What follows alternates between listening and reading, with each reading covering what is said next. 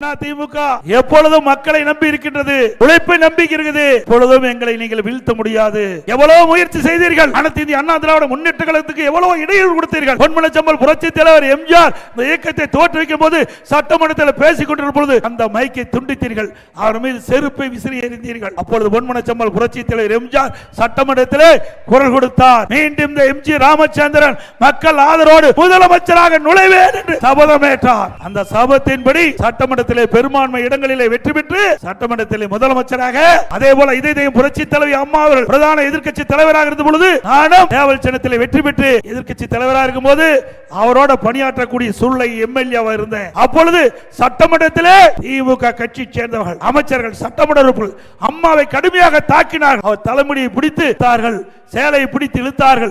அப்பொழுது அம்மா அவர்கள் கர்ச்சித்தார்கள்.